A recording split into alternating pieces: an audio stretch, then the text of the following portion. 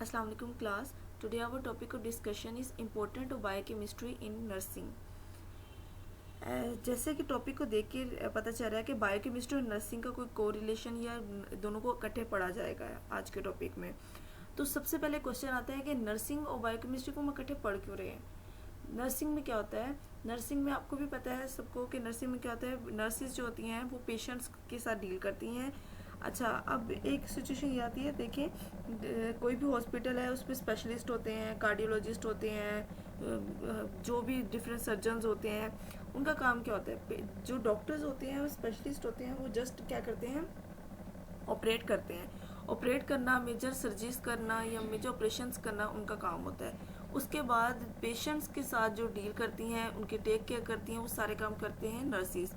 तो नर्सिस जो पेशेंट की टेक करती हैं या उनको डील करती हैं, उसमें सबसे क्या होता है, तो उसमें उनकी एक तो केयर आ जाती है, उनको प्रॉपर टाइम पे उनकी खाना देना। उसके बाद आता है उनको प्रॉपर मेडिसिन देना। तो मेडिसिन क्या होती है, मेडिसिन में क्या होती है, उनकी डोजेज होती है, ये हाई पोटेंसी की मेडिसिन है, ये लो पोटेंसी की मेडिसिन है।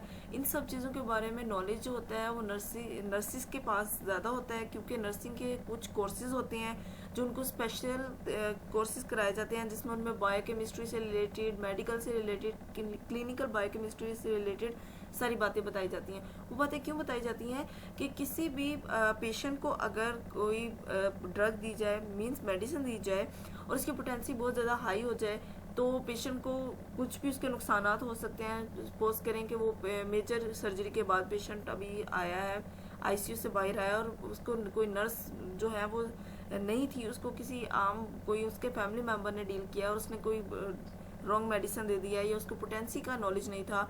तो इस तरह की सिचुएशंस जो होती हैं, उनको इससे बचने के लिए कि पेशेंट को कोई बुरी सिचुएशन में ना चला जाए, ये सारी सिचुएशन के दूर रखने के लिए पेशेंट को क्या होता है, नर्सिंग के कोर्सेज होते हैं।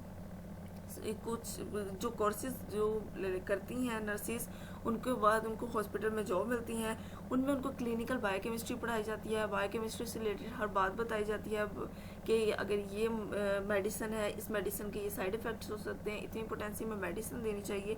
तो ये सब कुछ होता है वो नर्सिंग में होता है। तो आज के टॉपिक में हम यही पढ़ेंगे कि नर्सिंग का बायोकेमिस्ट्री का इकट्ठा क्या रोल है, और नर्सिंग की बायोकेमिस्ट्री में नर्सिंग की क्या इंपॉर्टेंस है।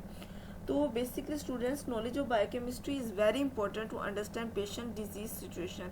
मीन्स कि कोई भी पेशेंट, अगर आपके पास किसी भी डिजीज से रिलेटेड पर्सन आता है, उसे कोई बीमारी है या कुछ भी है, अगर उसकी उस पेशेंट की बारे में नर्सिस को पहले से नॉलेज नहीं होगा, उसके बारे में जितनी भी इंफॉर्मेशन होती है वो नर्सिस को पहले दी जाती है। मीन्स जब मेजर सर्जरीज होती हैं, सब कुछ होता है, तो उनका बायोडाटा, उनकी रिपोर्ट्स तैयार की जाती हैं, उनके टेस्ट वगैरह होते हैं। तो नर्सिस का एक तो काम होता है कि पेशेंट को टेक केयर करना, उसकी जो भी उसको खाना पीना उसकी टेक केयर करना। उसके बाद आता है कि पेशेंट को प्रॉपर मेडिसिन देना, प्रॉपर टाइम पे, प्रॉपर डोजेज के साथ, उसकी सिचुएशन के मुताबिक। और एक और बात होती है इसमें कि जैसे जैसे पेशेंट की सिचुएशन ठीक होती जाती है, ड्रग की पोटेंसी और ड्रग की डोजेज जो होती है और टाइमिंग्स जो होती हैं वो चेंज होती रहती हैं। तो आम कोई पर्सन जो इसलिए कोई स्पेशलाइज नहीं है इसमें, जैसे नर्सिस तो उन्होंने कोर्सेज किए होते हैं, तो उनको प्रॉब्लम होती है। उनको प्रेस्क्राइब जो किया जाता है वो या तो वो इंस्ट्रक्शंस दी जाती हैं, या तो वो नर्सिस उसको सही तरीके से पेशेंट को डील कर सकती हैं, या डॉक्टर्स। अब जो डॉक्टर्स या सर्जन्स होते हैं उनके पास इतना टाइम नहीं होता कि वो एक एक पेशेंट के पास सर्जरीज करने के बाद, मेजर सर्जरीज के बाद एक एक पेशेंट के पास जाएं और हर पेशेंट को की मेडिसिन को देखें, उनके खाने पीने का ख्याल रखें। तो इसी वजह से ये नर्सिंग का स्पेशलाइज कोर्स किया जाता है, जिनमें बायोकेमिस्ट्री, क्लिनिकल के से रिलेटेड सारी बातें नर्सिस को बताई जाती हैं। तो अब जो नर्सिस को कोर्सेज करवाए जाते हैं, उनमें नर्सिस को बहुत सारी एजुकेशन दी जाती है। उस एजुकेशन में एक एजुकेशन होती है लेबोरेटरी टेस्ट की। अब आपको पता है किसी भी चीज़, जितनी भी आजकल डिजीज़ आए हैं या कुछ भी है, कोई टेस्ट करने हैं, ब्लड टेस्ट हो गया, यूरिन टेस्ट हो गया, जितने भी लेबोरेटरी टेस्ट होते हैं, उनकी टेस्ट वगैरह के लिए तो उनकी जो रिजल्ट्स आते हैं, उनके रिजल्ट्स की इंटरप्रिटेशन जो होता है वो आम पर्सन नहीं कर सकता। और डॉक्टर्स जो सर्जन्स होते हैं उनके तक एक तो अप्रोच मुश्किल होती है, और वो चार्जेस वगैरह करते हैं। अब जैसे गवर्नमेंट हॉस्पिटल्स हैं, उनमें डॉक्टर ने सर्जरी कर दी या डिजीज से रिलेटेड कोई भी उन्होंने पेशेंट को हैंडल कर लिया, डील कर लिया, उसको सारा प्रेस्क्राइब उन्होंने कर दिया नर्सिस को। अब नर्सिस की अगर रिस्पॉन्सिबिलिटी होती है वो प्रिस्क्रिप्शंस के मुताबिक पेशेंट को डील करें। पेशेंट चाहे 1 मंथ के लिए उनके पास है, पेशेंट चाहे उनके पास 2 मंथ के लिए, वो सारी रिस्पॉन्सिबिलिटी अब आ जाती है नर्सिस पे। अब उस दौरान वो 1 मंथ जो पेशेंट उनके पास रह रहा है उस दौरान क्या होगा, लेबोरेटरी टेस्ट होंगे, लेबोरेटरी टेस्ट की इंटरप्रिटेशन कौन करेगा, वो नर्सिस करेंगी।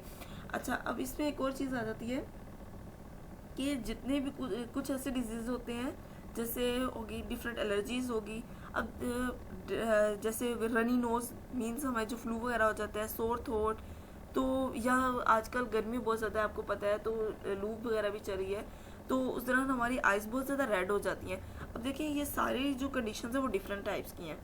तो अगर कोई स्वीयर केस है, जैसे डिफरेंट तरह की एलर्जीज होती हैं, किसी को ये गंदम की कटाई के दिनों में किसी को एलर्जी होती है, मट्टी से डस्ट एलर्जी होती है, कुछ अस्थमा के पेशेंट्स होते हैं उन्हें ये डिफरेंट टाइप की एलर्जीज होती हैं चीज़ों से, कुछ को सांस का प्रॉब्लम होता है, और आजकल जो फीवर हो रहा है, बुखार हो रहा है, ये सारे डिफरेंट कंडीशंस हैं। अब आपको भी पता है कि अगर हम किसी भी डॉक्टर, किसी सिविल हॉस्पिटल या इस तरह के गवर्नमेंट इंस्टीट्यूट्स में जाएं, तो डॉक्टर के पास हम जाएंगे, हम उन्हें अपनी सिचुएशन बता देंगे। डॉक्टर्स क्या होंगे, अगर तो एक स्वीयर एलर्जिक पर्सन है, जैसे एस्थमा का पेशेंट है और उसे हॉस्पिटलाइज करना पड़ा, उसे रखना पड़ा उसकी प्रॉपर मेडिकेशन के लिए, तो एस्थमा का पेशेंट जो होगा उसको ये उसके बारे में प्रिस्क्रिप्शंस, उसको क्या टेक केयर करनी चाहिए, सब कुछ डॉक्टर किसको बताएगा, नर्स कोई जो वहाँ पे जो उस वक्त रिस्पॉन्सिबल होगी, जिसकी ड्यूटी होगी, उस नर्स को बता देगा।